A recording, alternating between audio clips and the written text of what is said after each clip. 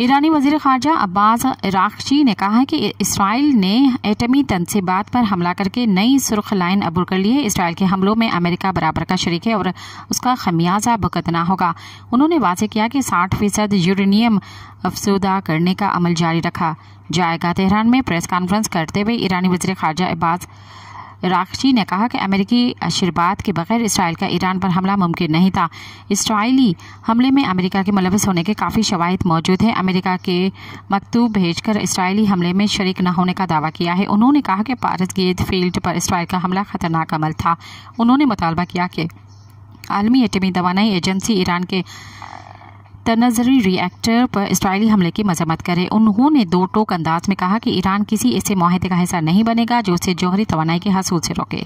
Subscribe कयो अवामी news HD के ताज़ा तरीन ख़बरुन ला ॾिसंदा रहो अवामी न्यूज़ HD।